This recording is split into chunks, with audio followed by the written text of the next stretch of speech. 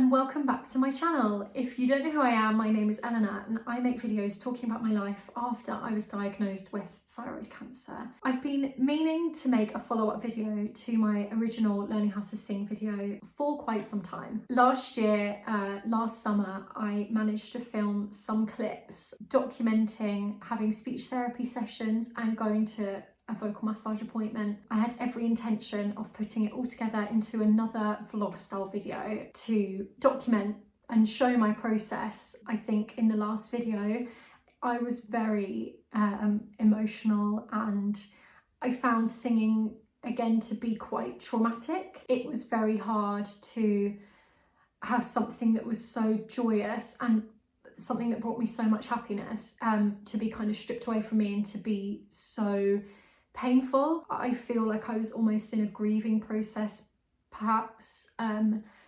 Yeah, looking back, I really struggled. I think I always knew that my voice would be okay in the end, but I think living through the everyday of feeling a struggle, feeling strain and pains in my throat and in my voice was just so hard. And I think in hindsight, it's always easier to say in hindsight, but in hindsight, I think now I just wish that I'd given myself more time, more patience, just to let my body heal and do what it needs to do. I am now almost 1 year on since surgery. I had surgery sort of second week of March and I was diagnosed on Valentine's Day in February last year. As you can see, you can barely even see my scar now, and my voice is so strong, it's almost basically back to normal.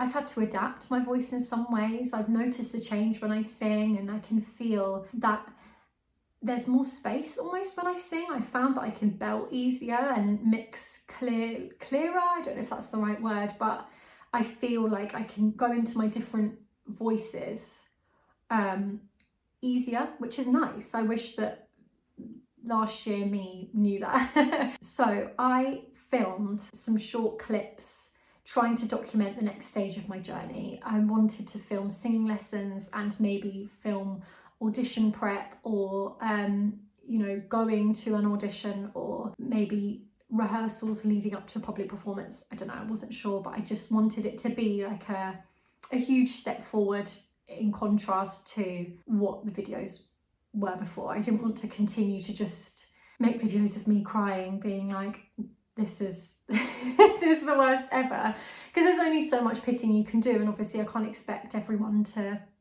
go through that emotion with me. You know, it is hard, and I think if you are somebody who is going through the same thing as me, it's difficult to kind of relive those emotions. So I wanted to make a positive video. I will show you the clips of the footage that I filmed, and then I'll tell you where I'm at now. So back in time, back to last summer, go. Morning.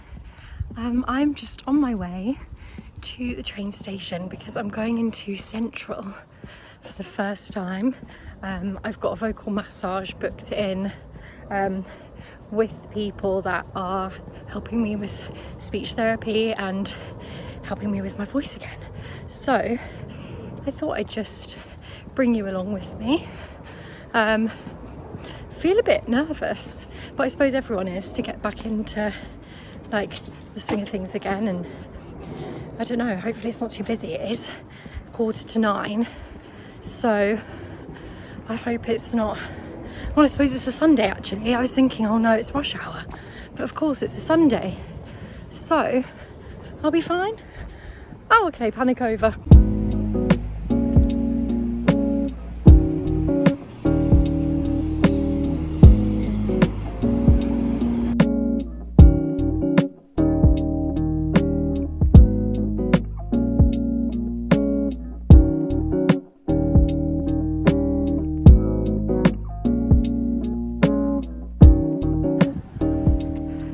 So, turns out London is a ghost town and I had absolutely nothing to worry about. Wow, it's so nice being back. God, it's been like 4 months or something. Oh, I've missed it so much. My train was empty as well. Like, nothing, like I don't know why I was feeling anxious. So I'm just walking up into Soho. I haven't got any makeup on today, which I had nothing to worry about because no one's going to see it anyway.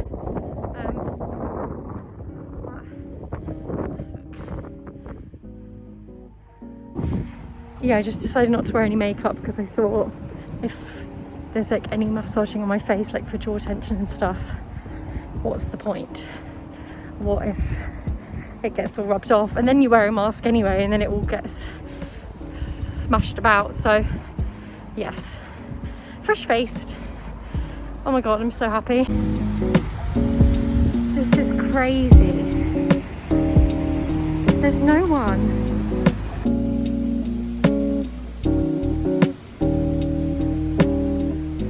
So I've just come out of my massage session and it was incredible. We were working on areas of where I feel like I hold tension and where I feel that I need to relax and loosen up. Yeah, he just makes me feel so reassured and like gives me the confidence that I will be able to sing and perform again. And yeah, we just worked on some areas where he showed me models of like the muscles in the neck and what muscles will have been affected from the surgery and what exercises I can do to help that and to help the mobilization of my voice again, basically. It's all really, really exciting and I feel like I'm just another step closer to where I need to be for my voice. He said basically that I'm allowed to move on to the next stage, that I can start vocal rehabilitation again. Said that there's no reason why I can't start singing lessons and stuff. So all good, all positive. Yay! Gonna go home now, put my feet up. Good morning. I'm just getting ready for my speech therapy session. I am back at home. I've got to be quarantining for about a month because I've got some radioactive iodine treatment coming up. I'm going to try and make a little video talking about it a bit more and just share my experience, because that is the one thing that I really haven't found a lot of information on. Like when I've been trying to do research, like I want to know the nitty gritty. I want to know what the hospital room looks like. I want to know it all. So I'm going to try and do a bit more of an in-depth video with that. But anyway, that is why I'm in a different setting again, back with my parents for a month. But yeah, I've got a speech therapy session. It's online, which is amazing. All my speech therapy sessions have been online so far, which has been I'm so grateful for that, because I really didn't know if I'd be able to do that in the pandemic. I thought, oh my God, am I going to have to wait for everything to be over? Like, am I going to have to wait for all restrictions to be lifted before I can kind of try and sing and speak again? But actually, it's been fine. I can do it literally from the comfort of my own home, and I've felt so comfortable doing it, and yeah, it's just been so nice. So I've got my little straw in water, and I'll do a few little like sirens and warm-ups and stuff before I start. That was something that I learned from Lydia at the beginning. Yeah, it's just that's really helped. I'm going to take that like through my career with me. I think after this I'm going to start singing lessons, but I kind of want to wait until all this treatment is out of the way and I've had a scope done, and I can actually see physically what's going on with my voice. I just feel like I can't trust myself, if that makes sense. Like I feel okay, but I feel like I can't sing comfortably without knowing, okay, there's no damage done, we're fine, we're good to go. And then it's just mental barriers to get through, I suppose. So I think that's half the battle with singing. You've got to get through like the mental obstacles that you put in front of yourself, as well as whatever is physically going on. So yeah, that's my plan. Speech therapy, tick off, and then moving on to singing, providing everything's good. But yeah, I'm sure if I carry on with the straw exercises, I'll be fine. Okay, I better put a top on. It's just a bit too hot today.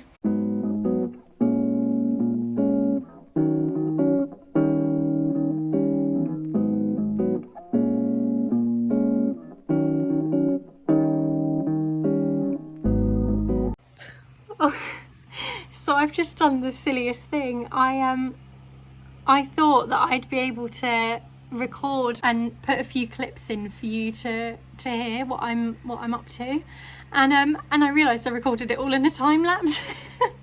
But basically we were going through some twang exercises and working on how to project my voice in social settings. So at the moment we're just working on my voice and how it can thrive basically in just normal everyday scenarios. I don't think there's any point in working towards like projecting for the stage and getting back into like vocal techniques that would be used in like acting specifically. So it was more like we were literally just like shouting at each other, being like, would you like a glass of wine? And that was just so nice. I just feel like we've really solidified everything now, and she said that everything sounds great and that I have nothing really to be worried about. Like, she can't hear anything to be worried about, so that's really, really positive. Yeah, it's just so nice. I think I've had 5 or 6 sessions with her now, and we've started from literally like breathing, blowing bubbles through a straw, to now like actually projecting, and it's been so nice to like work from the ground up. So it's all good. Speech therapy is ticked off, and I can move on to singing lessons now. Yay! So as you can see, I managed to fit in a few sessions. I had about 8 speech therapy sessions in total and a vocal massage. I would completely recommend taking it back to basics and trying to give your voice the strength that it needs to get back up and going again. I saw a lot of comments on my last video talking about singing and trying to get your range back, and you maybe have lost your upper register or your lower register, and believe me, I felt the exact same. I'm a soprano and I used to love singing really, really high and you know, trying to use my voice to its whole capacity, and I found it so upsetting when I wasn't able to use it the way that I'm used to. But doing speech therapy and stripping it right back down to just breathing and making very basic sound and making sure that you're using your voice in the healthiest way was so life-changing for me, and I'm so grateful for the team that I decided to go to help me. I did plan to go to vocal rehabilitation lessons, which is sort of the next step up from speech therapy. It's learning how to sing from a perspective of like a professional vocalist, if that makes sense. So they kind of cater for singers or actors who maybe had nodules or polyps, or you know, maybe they've needed surgery on their vocal cords. And I went to this team because I thought, if anyone knows how to look after a fragile voice, because I didn't really know what had happened to my voice. I thought, honestly, the pains that I was feeling, I at some points was thinking that I'd maybe had a hemorrhage vocal cord, and they took so much care of me. Unfortunately, because of COVID and the pandemic, I wasn't able to kind of book in for in-person sessions, and I was offered online, but I just felt like I wanted someone to be there to really see what I was doing, and I wanted to feel safe. I also don't want to rush it. Now that I know that the industry isn't back up and running, and it might not be for some time, I just really wanted to relax and take care of my body. It's been so hard to adjust to taking levothyroxine all the time, and I think my body's just felt very tired, even almost a year on. I can definitely feel big changes to my everyday life, and I just thought, I'll focus on one thing at a time. I'll focus on my mental health, my happiness, my overall health, and then I can work towards my voice and singing properly again. I'm sure once things have opened up, I will go and I will see a proper singing teacher, and I can't wait, because I think just to have that sense of security of knowing I've got an outside eye and someone to help me and support me through it is lovely. I am singing again. Again, I'm taking it very, very slowly. I maybe do a few warm-ups every day and a couple of songs. I'll sing in the shower because I love the steam and I love the moisture that gives my vocal cords. I really feel like that keeps me healthy. I am still with my agency. They've supported me hugely. They understand that I might not be vocally at the same level that I was, and they haven't dropped me, and that was a huge worry of mine. I was thinking, oh no, if I'm not as good as I was, will they still represent me and put me up for auditions? And luckily they have supported me, and they've set me up for a few self-tapes just before Christmas last year, which was lovely. It was so nice just to feel like I had still had a toe dipped into the industry in some way. And I did a few singing self-tapes for just a few concerts and things that were going on in London. Unfortunately, because of COVID, everything's been postponed. So I think I've heard back from one of them to say like obviously we can't do it. And I was working towards a public performance. There was a charity show in December at the Union Theatre, which is where I had my professional debut. I was in Gentlemen Prefer Blondes there, and I was so looking forward to going back and performing, and it was just to sing one song, which I think was lovely because it really took the pressure off me. I didn't have to think about singing lots of songs. I knew that I didn't have to worry about stamina and maintaining a strong performance throughout. I just thought I can get up and do one song, and once that's done and out the way, I don't have to worry about it. So I was just going to sing a song that I knew really, really well, and I was really looking forward to it. But unfortunately, I came into contact with someone that had COVID. I fortunately didn't get COVID. I still have managed to escape it, but I had to withdraw from performing in that show, which I was so heartbroken about. I was so sad that I couldn't kind of make that full circle step to return to the theatre that I made a debut in. And looking back, I'm glad that it kind of happened the way it did. It's just meant I've been able to relax more and not put pressure on myself and not stress myself out. I think I'll perform when the time is right and when I'm ready, and hopefully I'll be back to my normal self. I think that's it. I've written so many notes because I just didn't know, I just thought this would be jumping around all over the place, and hopefully I can edit it so it kind of all makes cohesive sense. But that's me at the moment. I'm kind of grateful for however frustrating COVID is. It's just allowing me to pause and take time and take a moment to still process everything that's happened. I still find it very overwhelming and I cry lots. But it gives me time to process, and hopefully when the industry is back open and I can audition for things again and I can go to a singing lesson in person, I just can't wait to put that sheet music down in front of someone by a piano. Yeah, I just hope that it will all be for the right reasons. It will give me so much time to heal, not only mentally but physically, and I'll be singing when the time is right. I would like to share some singing videos on here, just some informal, like fun videos, just so you can hear my progress still. I really hope that my journey has given you a bit of hope that surgery and these things don't last forever. You do recover and you can bounce back, I suppose. And if you don't, that's okay. Be patient, give yourself time, and you'll get there. Hope this isn't too preachy. Thank you so much for all your comments and for supporting me on my journey. I really, really appreciate it. Your words of love and encouragement, I will never understand how kind some people are for reaching out and, leaving comments. And if you are in a similar situation, as I mentioned in my previous videos, if you'd ever like to reach out for me, please don't hesitate to message me on Instagram. I will always try and help people whenever I can, and I really hope this is the purpose of why I make these videos, to try and help people that are in a similar situation to me, and to show that you are not alone. You are never going through something by yourself. Someone is always trying to climb the same mountain as you, and if we can do it together, then that is all that matters to me. Okay, I'm gonna stop waffling on now. I'm gonna finish my coffee, go for a walk.